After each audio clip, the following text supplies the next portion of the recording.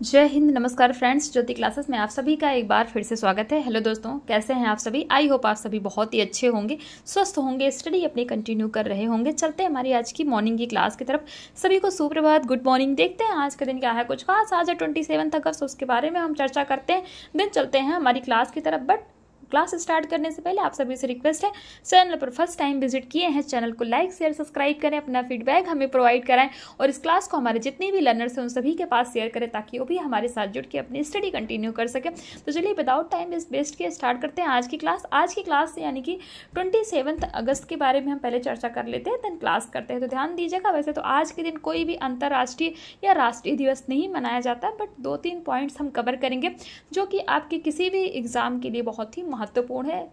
Current affairs में ये questions पूछे जाते हैं, तो ध्यान दीजिएगा। पहला पॉइंट कवर करेंगे तो 27 अगस्त 1989 यानी कि 1979 में लॉर्ड माउंटेबन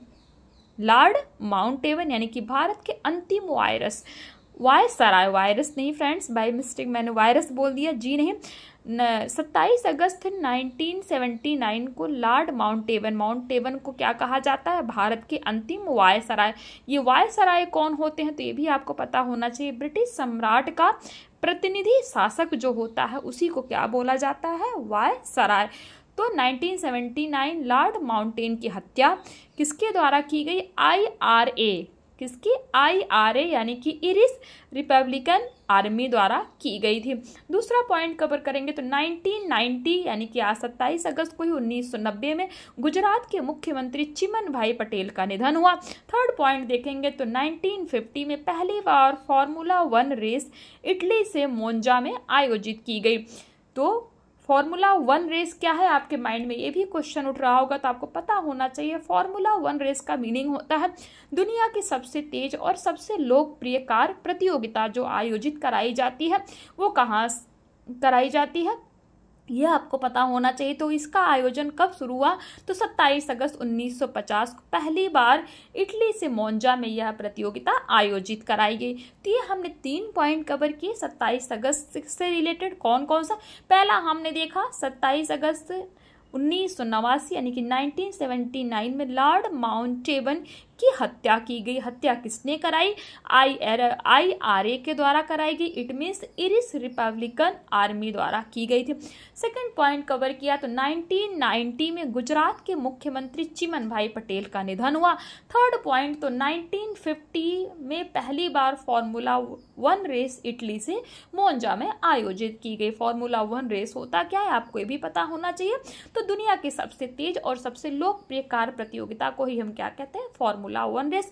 और इसका आयोजन पहली बार 27 अगस्त 1950 को मोन्जा में आयोजित की गई। तो आई होप ये तीनों पॉइंट आपने अच्छे से नोट डाउन कर लिए होंगे और आपको समझ में आ गए होंगे क्योंकि बहुत ही इंपॉर्टेंट करंट अफेयर्स में ये क्वेश्चंस पूछे जाते हैं। तो स्टार्ट करते हैं आज की क्लास। आज हम करेंगे भोजन एवं पोषण विज्ञान यानी कि फूड एंड न्यूट्रिशन साइंस से कुपोषण के कारण उत्पन्न होने वाले रोग, ये टॉपिक आज हम कवर करेंगे। It means diseases due to malnutrition. But इसको स्टार्ट करने से पहले प्रीवियस क्लास में हमने क्या पढ़ा था एक बार उसका क्विक रिवीजन कर लेते हैं, क्योंकि आप सभी जानते हैं कि जब भी हम कुछ नया सीखते हैं हमने प्रीवियस में क्या पढ़ रखा है, एक बार उसका रिवीजन बहुत ही इंपॉर्टेंट होता है। उससे क्या होता है, प्रीवियस का और अभी जो आप सीख रहे हो दोनों ही पॉइंट्स को आपस में आप क्या कर सकते हो? कनेक्ट कर सकते हो। इसलिए बहुत ही इंपॉर्टेंट होता है ये हमारी पढ़ाई के लिए। आप किसी भी फील्ड में वर्क करते हो तो जब भी आप कुछ नया सीखते हो तो प्रीवियस में आपने क्या कर रखा है, एक बार उसका रिवीजन करके देन आप न्यू लर्निंग कीजिए। तो स्टार्ट करते हैं। प्रीवियस क्लास में हमने क्या पढ़ा था, तो ज़्यादा नहीं ये चार्ट के माध्यम से आपको मैं दिखा देती हूँ कि प्रीवियस क्लास में हमने क्या पढ़ा था। प्रीवियस क्लास में फ्रेंड्स हमने पढ़ा था कुपोषण के लक्षण देखे थे, यानी कि जिस व्यक्ति को कुपोषण हुआ है उसके लक्षण आपको क्या क्या दिखाई पड़ेंगे। शारीरिक लक्षण कैसे होंगे? शारीरिक लक्षण में जैसे उसकी लंबाई, भार, चेहरा, आंखें, बाल, होठ, जीभ, मुंह, त्वचा है, तो ये कैसा हो जाता है अगर किसी व्यक्ति को कुपोषण हो रखा है, ये देखिए। नेक्स्ट हम देखेंगे आसन पर प्रभाव, तो बैठने का जो तरीका होता है उस पर क्या प्रभाव पड़ता है, ये आप देखिए। तीसरा हमने देखा था व्यवहार में परिवर्तन, जब यानी कि जब किसी भी व्यक्ति को कुपोषण हो जाता है तो उसके व्यवहार में कौन कौन सा परिवर्तन देखने को मिलता है। इन सारे ही पॉइंट्स पे हमने क्या किया था, चर्चा किया था हमारी प्रीवियस क्लास में। कुपोषण के लक्षण जो हमारा टॉपिक था यानी कि सिम्टम्स ऑफ माल न्यूट्रिशन, तो आप ये देख सकते हैं। बहुत ही डिटेल में हमने इसको पढ़ रखा है। जब किसी व्यक्ति को कुपोषण हो जाता है तो उसके आपको उसमें क्या क्या आपको लक्षण दिखाई देते, कौन कौन से सिम्टम्स आप देख करके पता लगा सकते हैं, चाहे वो शारीरिक लक्षण हो या फिर शारीरिक क्रियाओं पर प्रभाव हो, आसन पर प्रभाव हो या फिर व्यवहार में परिवर्तन। ये सारी चीज़ें हमने देखी थी। तो ये हमारी प्रीवियस क्लास थी। आई होप आपका एक बार क्विक रिविजन हो गया होगा। स्टार्ट करते हैं आज की क्लास। देखते हैं कुपोषण के कारण उत्पन्न होने वाले रोग। बट क्लास स्टार्ट करने से पहले आप सभी से रिक्वेस्ट है, चैनल पर फर्स्ट टाइम विजिट किए हैं, चैनल को लाइक शेयर सब्सक्राइब करें, अपना फीडबैक हमें प्रोवाइड कराएं। इस क्लास को जितने भी हमारे लर्नर्स हैं उन सभी के पास शेयर करें ताकि वो भी हमारे साथ जुड़ के अपनी स्टडी कंटिन्यू कर सकें। तो स्टार्ट करते हैं आज की क्लास। देखते हैं कुपोषण के कारण उत्पन्न होने वाले रोग। It means diseases due to malnutrition. तो पहला है प्रोटीन कैलोरी कुपोषण। पहला कुपोषण हम क्या देखेंगे, प्रोटीन कैलोरी कुपोषण, यानी कि प्रोटीन कैलोरी माल न्यूट्रिशन। सेकंड हम देखेंगे विटामिनों की कमी के कारण कौन सा रोग होता है। थर्ड में कैलोरी की अधिकता से उत्पन्न होने वाले रोग। फोर्थ देखेंगे विटामिन ए तथा डी की अधिकता से कौन से रोग होते हैं। और नंबर फिफ्थ देखेंगे खनिज लवणों की कमी से उत्पन्न होने वाले रोग। तो जो आपको ये 5 पॉइंट्स ऊपर दिख रहे हैं इन्हीं पे हम चर्चा करेंगे। तो पहला स्टार्ट करते हैं, प्रोटीन कैलोरी कुपोषण क्या होता है, यानी कि प्रोटीन एनर्जी माल न्यूट्रिशन क्या है, देखते हैं। बट इसको स्टार्ट करने से पहले ये देख लीजिए नंबर 5 में जो खनिज में क्या क्या आते हैं, लोहे की कमी, आयोडीन की कमी, कैल्शियम की कमी है, और विटामिन में विटामिन ए की कमी, vitamin B1, vitamin B2, vitamin C, folic अम्ल की कमी, विटामिन डी की कमी, नियासिन की कमी। तो ये सारी चीज़ें जो है देखते हैं। पहला हमारा जो है प्रोटीन कैलोरी कुपोषण हम कवर करते हैं। तो प्रोटीन कैलोरी कुपोषण न केवल भारत की पोषण संबंधी समस्या है बल्कि कई अविकसित एवं विकासशील राष्ट्रों की एक प्रमुख ज्वलंत समस्या, यानी कि गंभीर समस्या।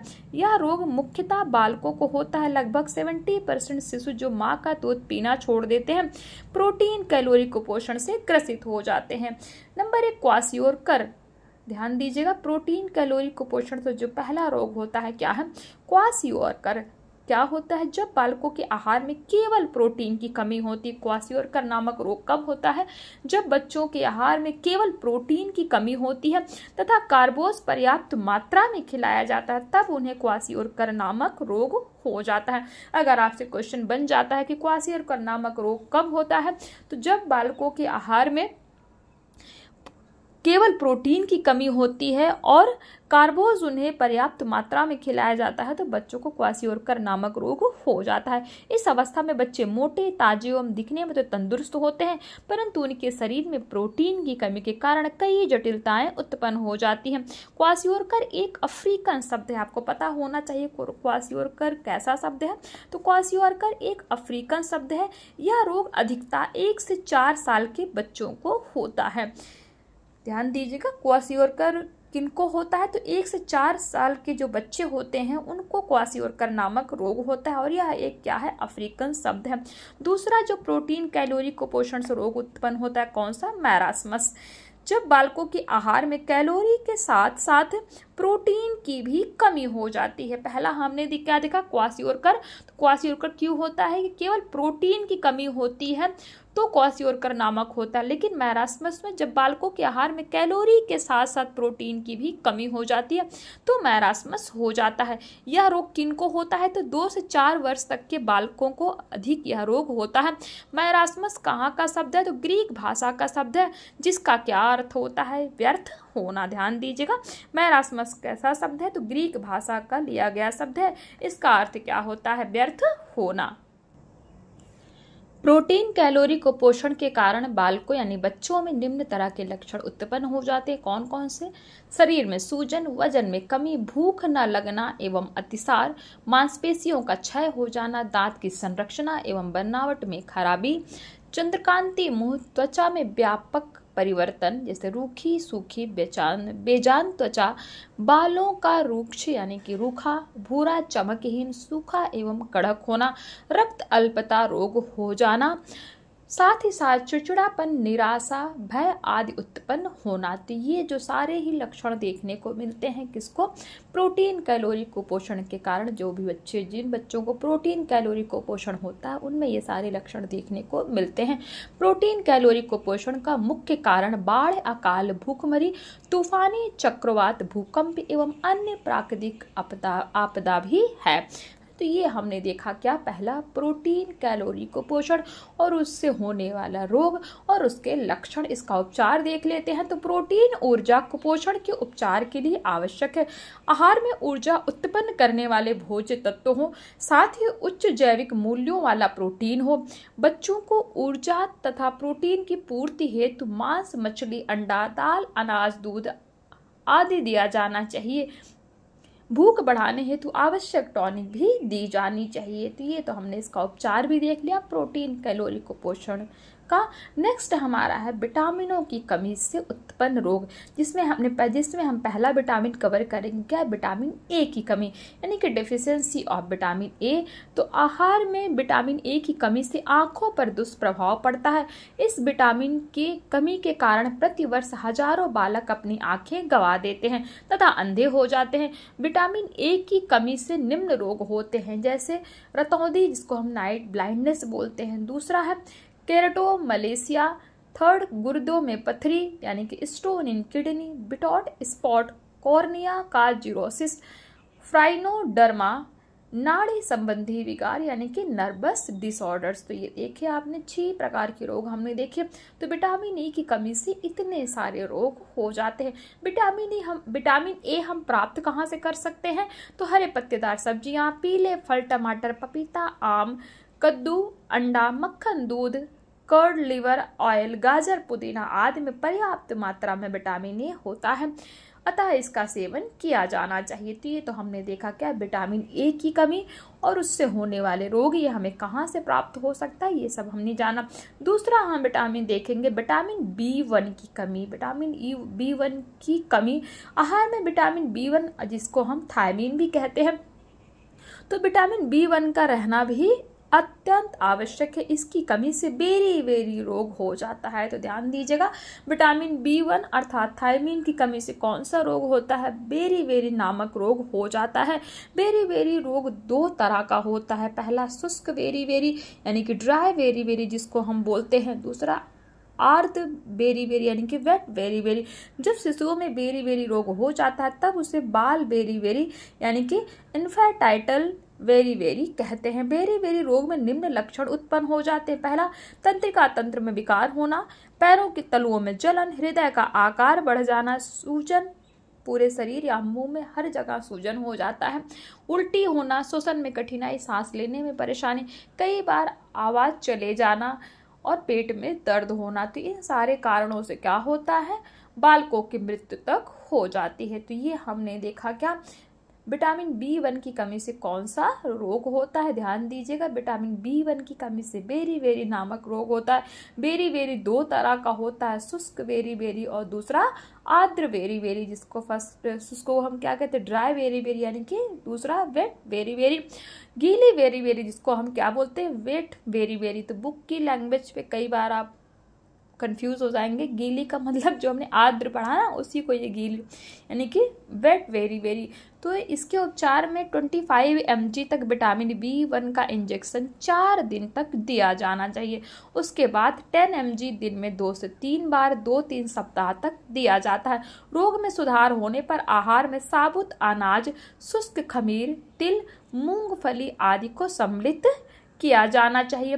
शुष्क खमीर में सर्वाधिक थायमीन, विटामिन B1 पाया जाता है। तो ये हमने देखा क्या, विटामिन B1 की कमी से कौन सा रोग होता है। दूसरा है हमारा विटामिन क्या, विटामिन B2।